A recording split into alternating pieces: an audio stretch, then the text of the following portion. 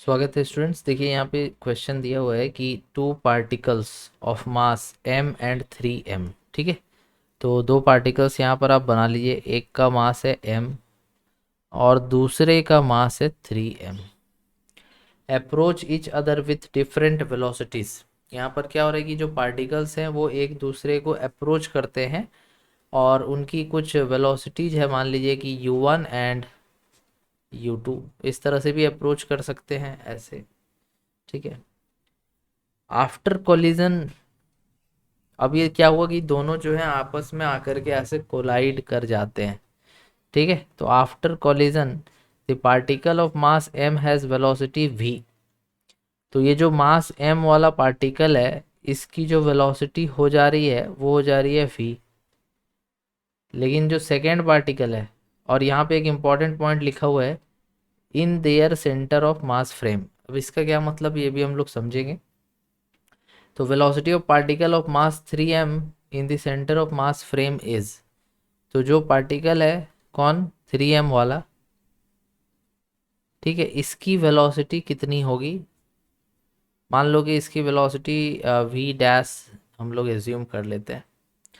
तो ये v dash की वैल्यू कितनी होगी ये हमें बतानी है। क्वेश्चन में कह रहा है कि सेंटर ऑफ मास फ्रेम, जो सेंटर ऑफ मास फ्रेम है उसका यहाँ पर क्या मतलब है। ठीक है, तो देखिए, अगर सेंटर ऑफ मास फ्रेम कहते हैं तो इसका ये मतलब होता है कि जैसे इस पार्टिकल की मास m है और इसकी मास है 3m, तो इन दोनों का जो सेंटर ऑफ मास होगा वो कहीं इधर लाई कर रहा होगा। ठीक है, और आपको सब कुछ सेंटर ऑफ मास से बैठ करके देखना है। ठीक है, अब यहाँ पर बात आ जाएगी कि Newton's second law of motion. अब आपको याद होगा दैट कि जो न्यूटन्स का सेकेंड लॉ ऑफ मोशन था उसमें force equals to d p upon d t, ये हमने वहाँ पर पढ़ा है। मतलब कि जो भी फोर्स होता है वो rate of change of momentum के इक्वल होता है। ठीक है, कौन सा फोर्स होता है ये, तो ये होता है एक्सटर्नल फोर्स, मतलब सिस्टम के बाहर से लगने वाला। हमारा सिस्टम है m और 3m, ये पूरा मिल करके एक सिस्टम है। तो इसके बाहर से लगने वाला एक्सटर्नल फोर्स यहाँ पर है ही नहीं। तो ये जो rate of change of momentum होगा ये हो जाएगा ज़ीरो। क्यों, क्योंकि कोई भी बाहर से लगने वाला कोई फोर्स यहाँ पे हमें देखने को नहीं मिल रहा है। तो इस वजह से एक्सटर्नल फोर्स ज़ीरो हो गया। तो आपका जो मोमेंटम है वो उसका चेंज टाइम के हिसाब से नहीं होगा। मतलब कि मोमेंटम को एक तरह से कांस्टेंट यहाँ पे माना जा सकता है। ठीक है, और देखो यहाँ पर जो पार्टिकल्स हैं वो इनिशियली एक दूसरे को अप्रोच कर रहे थे और कोई भी एक्सटर्नल फोर्स यहाँ पर नहीं है। तो जो सेंटर ऑफ मास होगा उसका वेलोसिटी जीरो होगा। Initial velocity of centre of mass क्या होगा, जीरो। और चूंकि कोई भी एक्सटर्नल फोर्स यहाँ पे लगा नहीं तो उसका जो सेंटर ऑफ मास का वेलोसिटी कांस्टेंट ही तो होगा।